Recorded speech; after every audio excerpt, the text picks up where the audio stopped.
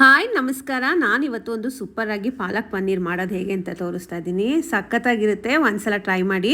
ಫಸ್ಟಿಗೆ ನಾನು ಪಾಲಕ್ ಸೊಪ್ಪನ್ನ ಚೆನ್ನಾಗಿ ತೊಳ್ಕೊಂಡು ಅದಕ್ಕೆ ಎಷ್ಟು ಬೇಕಷ್ಟು ಖಾರಕ್ಕೆ ಮೆಣಸಿಕಾಯಿ ಹಾಕ್ಕೊಂಡು ನೀರಲ್ಲಿ ಬೇಯಿಸ್ಕೊಂಡೆ ನಾನು.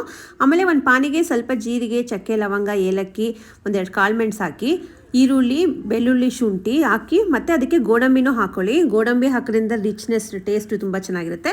ಅದಕ್ಕೆ ಸ್ವಲ್ಪ ಟೊಮೊಟೊ ಹಣ್ಣು ಮತ್ತು ಒಂದೆರಡು ಹಸಿಮೆಣಸಿಕಾಯಿ ಹಾಕಿದೆ ಅಷ್ಟೇ. ಆಮೇಲೆ ಅದೇ ಪಾನಿಗೆ ಸಣ್ಣಗೆ ಹೆಚ್ಕೊಂಡಿರೋ ಪನ್ನೀರನ್ನ ಸ್ವಲ್ಪ ಉಪ್ಪು ಪೆಪ್ಪರ್ ಹಾಕಿ ಫ್ರೈ ಮಾಡಿ ಸೈಡಿಗೆ ಇಟ್ಕೊಳ್ಳಿ. ಮುಂಚೆ ರುಬ್ಕೊಂಡಿರೋ ಮಸಾಲೆನ ಎಣ್ಣೆ ಬಿಡೋ ತನಕ ಫ್ರೈ ಆದಮೇಲೆ ರುಬ್ಕೊಂಡಿರೋ ಪಾಲಕನ್ನು ಅದಕ್ಕೆ ಮಿಕ್ಸ್ ಮಾಡಿದ್ರೆ ಆಯಿತು. ಸಖತ್ತಾಗಿರುತ್ತೆ ಈ ಥರ ಮಾಡಿದ್ರೆ ಪಾಲಕ್ ಪನ್ನೀರು.